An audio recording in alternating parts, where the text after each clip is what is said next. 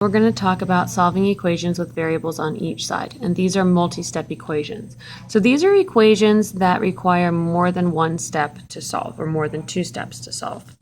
Let's do a little bit of vocabulary review. I've already got these filled in to save us a little bit of time. Like terms are terms that contain the same variable to the same power. So for example, x squared and 3x squared, those are like terms, but 3x and x squared are not because they do not have the same power. Simplest form is an algebraic expression that has no like terms and no multiplication or division. So everything there has been simplified all the way down. All fractions are reduced and all multiplication has been completed. Simplifying the expression. You can use the shapes method to help you combine like terms. So for example, if you put triangles around all the x squared terms, you could put squares around all the x terms and circles around your constants. So we use a shapes method. The additive or subtraction properties of equality. These allow you to add or subtract the same quantity from each side of an equation to keep the two sides equal. We're going to skip the vocabulary link for now, and we're going to go on to the next page with some examples. So our first example, it says model the equation 3x minus 2 equals 5x minus 4 using algebra tiles, then solve. All right, so 3x, that's 3x bars, minus 2, so we have minus 2, those are little shaded in units. And remember in pre-algebra last year, you thought of this as 3x plus a negative 2, and in algebra this year, I want you to kind of be able to realize that this is the same as a negative 2 without actually having to rewrite it. And then that is equal to 5x, so we need 5x bars, 2, 3, 4, 5, minus 4, which would be the same as negative 4 little units.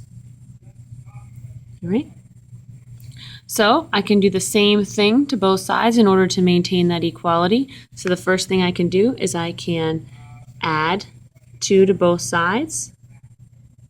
So I can add 2 over here and add 2 over here. And what that allows me to do is to cancel out 0 pairs. We talked about this in class. So I have a negative 1 and a positive 1 are 0. A negative 1 and a positive 1 are 0. Same thing over here. I got a negative 1 and a positive 1. Those are zeros. And a negative 1 and a positive 1, those equal 0 as well. The other thing I can do is I can actually subtract 3x from each side. So I can subtract 3x on that side, and I can subtract 3x on this side. And now I end up with actually 0 on this side. Everything is canceled out, and I've got a minus 2 on this side. So I could add 2 back over here and add 2 back over here. That gives me 0 pairs, 0 pairs. So I'm left with 2 x's is equal to 2. And if I were to group those, that would mean 1x would be equal to 1. So x is equal to 1. It's an interesting way to do that. All right, fill in the blanks to solve each equation. So first of all, right here, what I can do to both sides, I could subtract 2x. So you can treat variables just like you would if they were constants. So I would subtract 2x over here and subtract 2x over here. 2x minus 2x is 0, subtraction property of equality. I have a 5 left.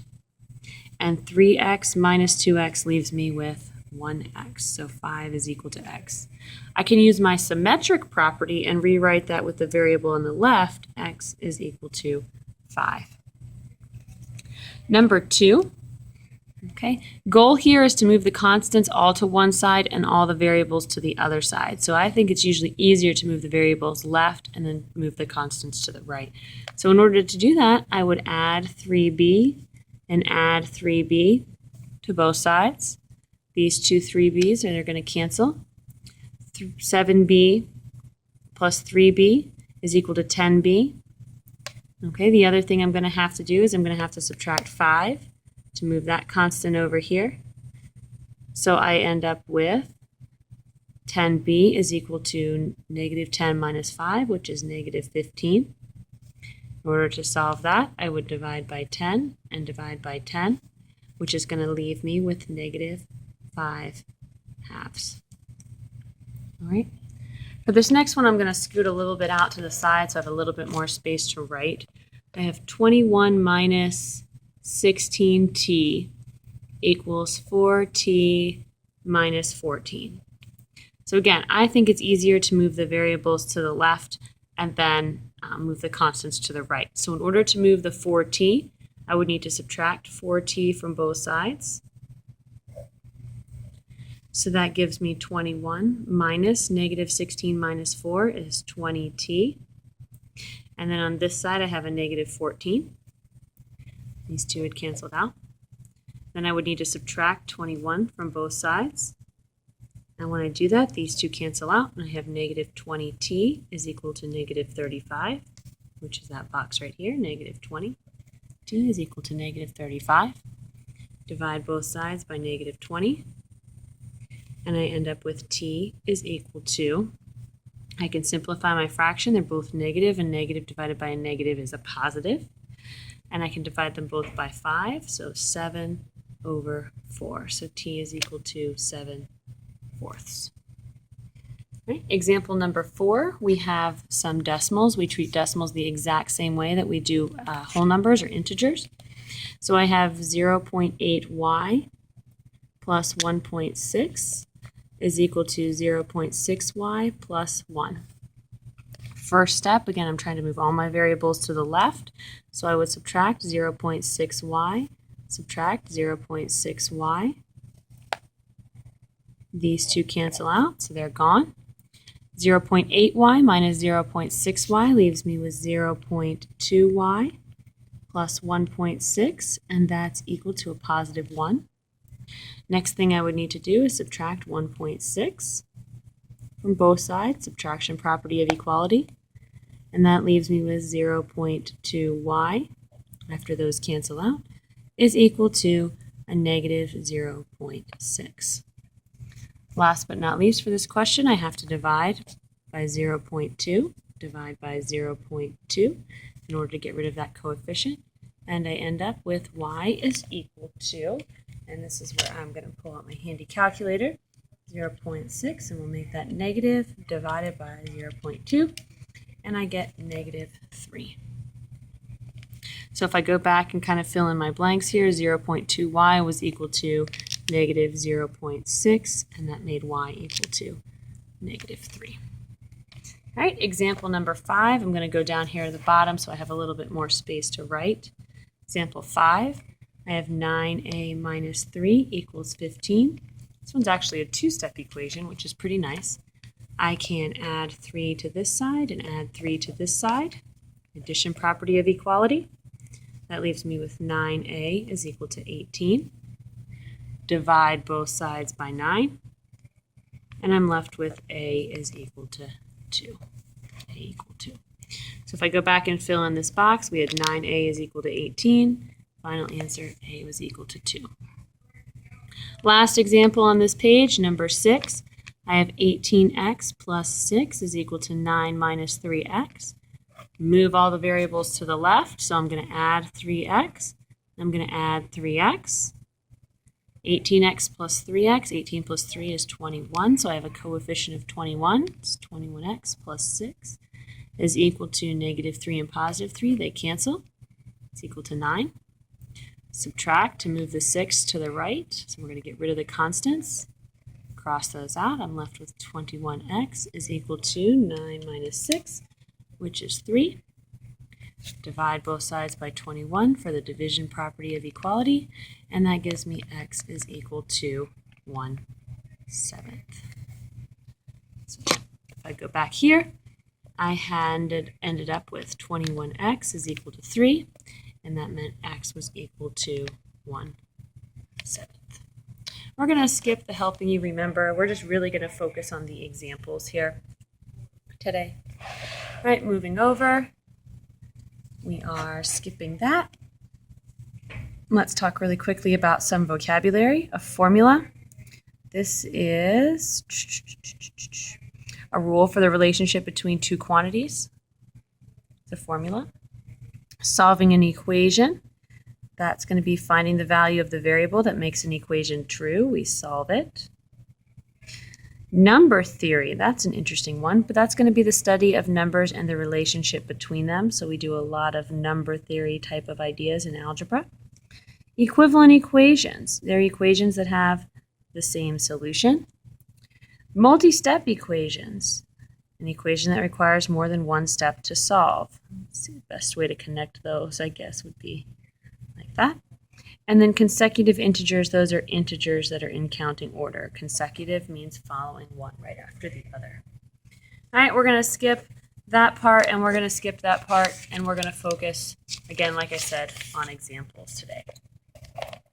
All right, we're going to use the flow chart to help us describe the steps in solving this equation. I have 7 times the quantity of 2x minus 3 is equal to 12x minus 5. First, I need to use the distributive property. Okay, so 7 times 2x is going to give me 14x. 7 times negative 3 is minus 21. Next thing I'm going to have to do, I want to move all the variables to the left, so I'm going to subtract 12x from each side and simplify. So for here, if I have 14x minus 21 equals 12x minus 5, I'm going to subtract 12x from both sides. So 14x minus 12x leaves me with 2x, and I bring down the minus 21. Those two are inverses, they cancel, and I'm left with a negative 5. So I have 2x minus 21 equals negative 5. Next thing we're going to need to do, we need to move the constants to the right, so we're going to add 21 to both sides and simplify. So add 21, add 21. Inverses cancel. If 2x is equal to 21 plus negative 5, that's going to give me 16. So 2x is equal to 16. And last but not least, we're going to divide each side by 2. So we're dividing by 2, and we're left with x is equal to 8. All right. Next example, we've got some more grouping symbols, so they're getting a little bit harder. Same idea, we're going to use distributive property first. So I have 6y plus 4 is equal to 6y minus 30. All right, next step, I need to move all the variables to the left. So I'm going to subtract 6y, and I'm going to subtract 6y. And when I do that, something very interesting happens. These cancel out, and these cancel out, and I'm left with 4 is equal to negative 30. That seems very odd because 4 is never equal to negative 30. That's a false statement. And if you get something like this that's always false, that means there is no solution to this equation. There's no solution. And the symbol for no solution is the empty set. So it's a 0 with a line through it. That means no solution or empty set. In addition to the examples in this section of Chapter 2, there will be other occurrences of no solutions, as well as identities where there are endless possibilities of solutions. What are the symbols for these? Normally, you would see some words that say no solution or infinite number of solutions. Really quickly, while we're here, we can touch on it. If you have something that's always true, you will have a solution that looks like 4 is equal to 4, something that's always true like that. So no matter what number you plug into that equation, it will always work out. It'll always be true. So the two symbols, the no solution, we already talked about. That's the empty set. So no solution looks like this, 0 with a line through it. And the identity or infinite solutions, you have x is in all of the real numbers. So you have something that looks like that, all real numbers. So those are the two symbols. All right, let's talk really quickly about solving multi-step inequalities. Again, we're going to not skim the lesson. Distributive property. So what this means is to multiply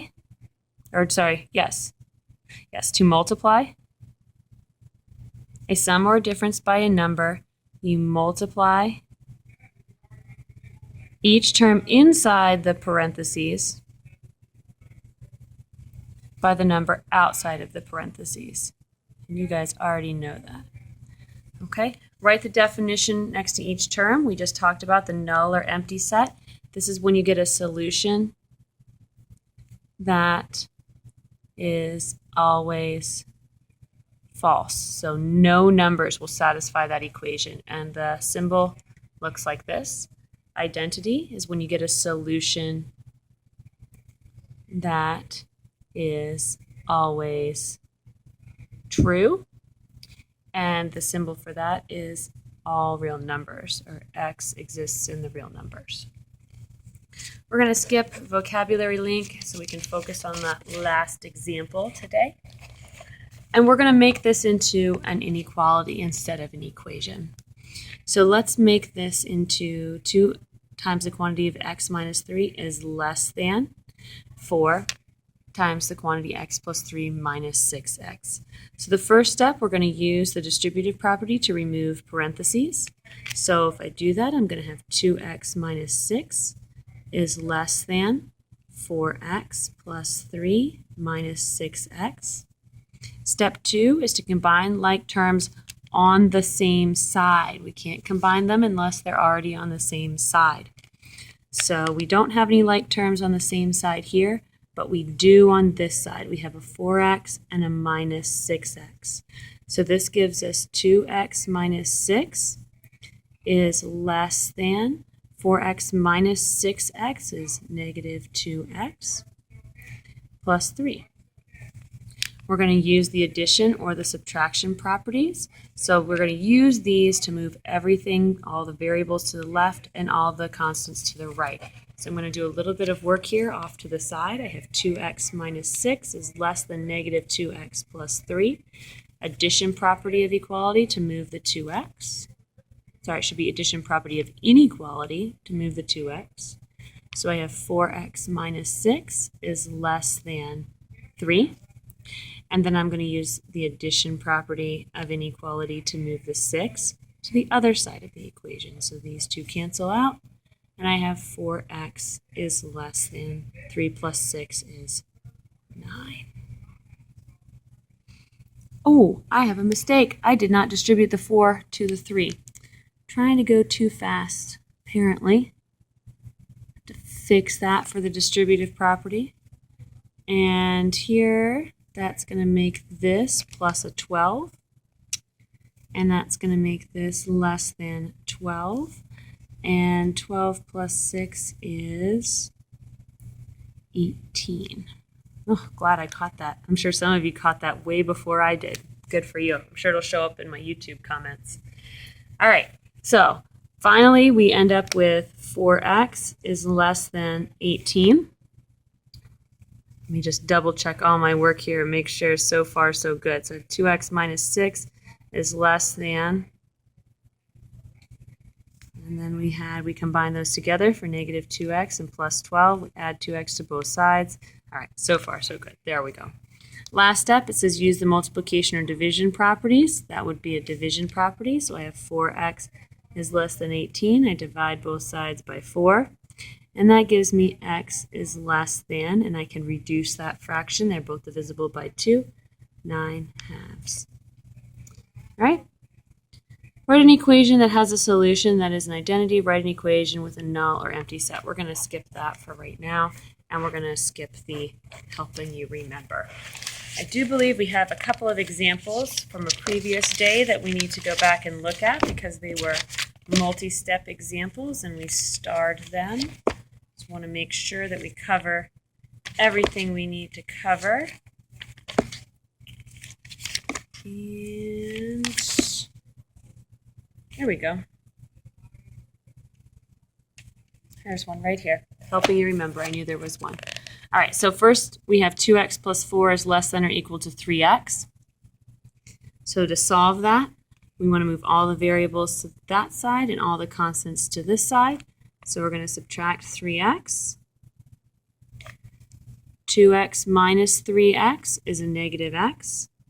Bring down the plus 4. Everything on this side cancels out. And when that happens, it's 0. Subtract 4 from both sides.